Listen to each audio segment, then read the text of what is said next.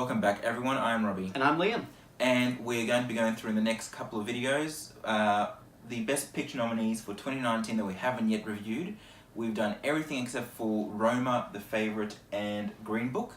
We'll be starting off with Roma first in our Best Pictures display. These are our thoughts on the film.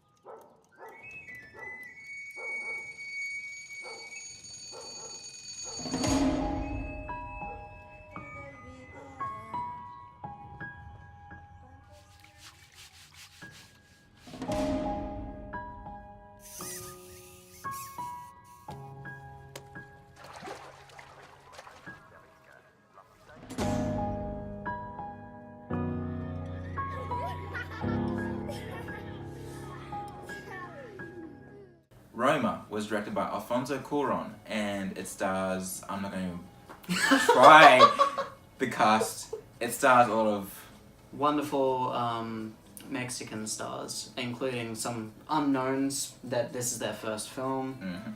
Mm-hmm. And Alfonso Cuarón is the star of the film. Yeah. This film doesn't really have a plot, and that's what I love about it. It's just sort of an accurate depiction of life in, it's 1970s Mexico, right? Yeah. Yeah.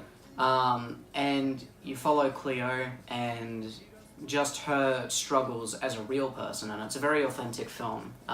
Like I said, doesn't really tell a story, but what did you think of Roma? Go on, tell them, Robbie. Tell them what you thought of Roma.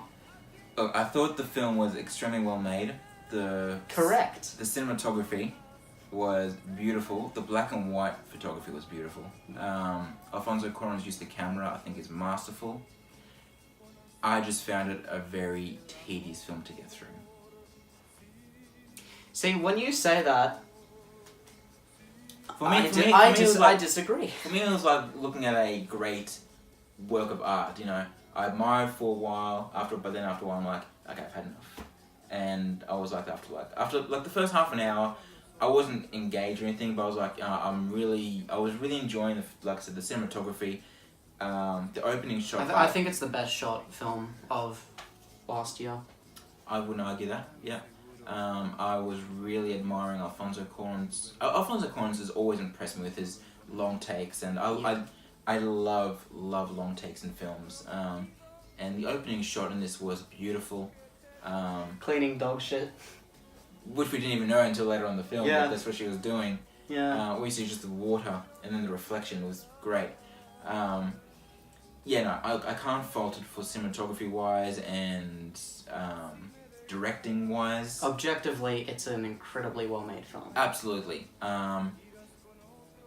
Objectively though, I wasn't a fan of the acting. The acting was fine. I just didn't think it was outstanding. See. I thought my one, if I'm going to criticize anything in the film, performance-wise, for me it was Cleo. I found it I just couldn't connect with her. I found it very unengaging and just very boring to look at, to watch. I know she's not meant to be very expressive, but I was to the point where I was like, I was more interested in like the family around her than actually her. Like I was more compelled by the mum's storyline with the husband and that conflict than I was actually with Cleo. The one bit where she did get my attention though is the one big scene. I'm not going to say what it is for those who haven't seen exactly what you're You know what I'm talking about 3/4 of the way through. Yeah. But no, I just didn't care, really.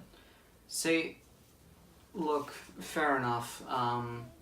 But I think that Cleo is such a wonderful character because she's so mundane. That sounds like a contradiction and it sounds like it shouldn't work. She's definitely but mundane. It's one of those things where every character doesn't even feel like a character in this film. To me, the whole film feels so authentic, and I love things that it's like a picture of real life, or an accurate reflection of real life. And I loved seeing the political inequality and the drama that was happening in this time and affecting these people. And when I was watching it, I didn't feel like Cleo was a character. I felt like she was a real person. And that's what I really dug about it.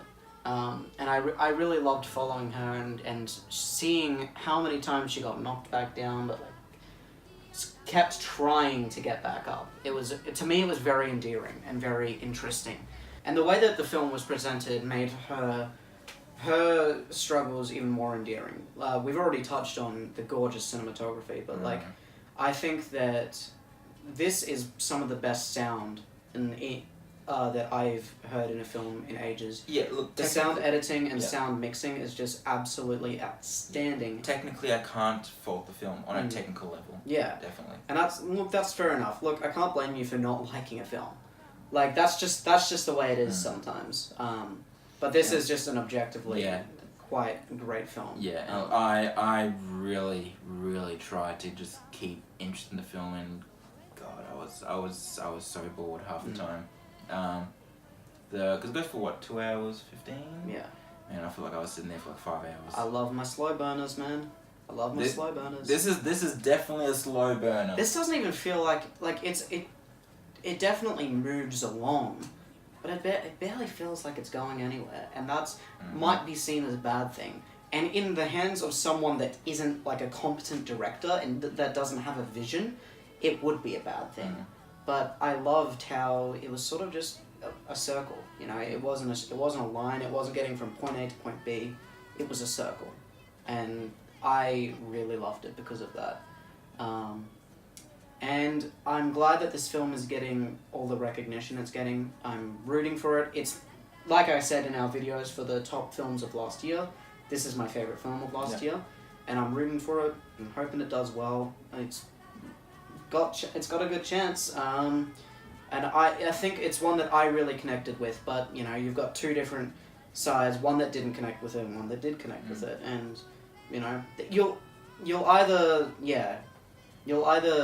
like the film or you won't, but there's no denying, like, the objective quality of how well it's made, I think. Yeah. Definitely. What are you going to give it? Look, like I said, objectively I think it's a very well-made film, despite the acting finding kind of just, it was fine, but I just really didn't enjoy it. I'm giving it 2 stars. That hurts, man. And I know I'm in the minority, but... That's alright. Yeah, it's your opinion, that's fine. Can't change it.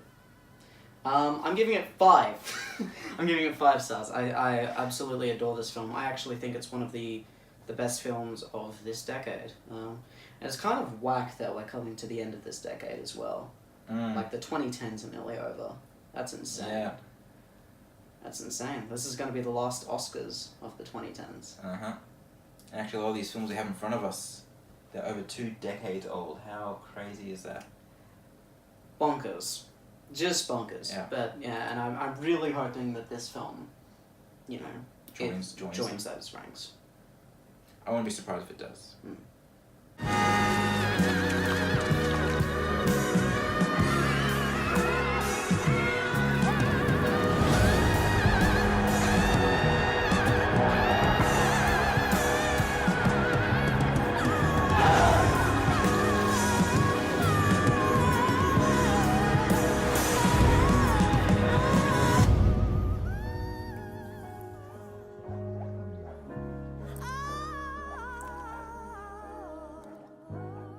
Anyway, guys, those were our thoughts on Roma. Please let us know what you thought. Do you agree more with Robbie, or do you agree more with me? I'm sure you'll be agreeing more with Liam. Look, it's one of those things. It's just one of those things. Oh well. But keep an eye out for our next Best Picture nominee, The Favourite, where we might have a very similar kind of review to this one. Here we go again. We'll see. Until then, we'll see you at the movies.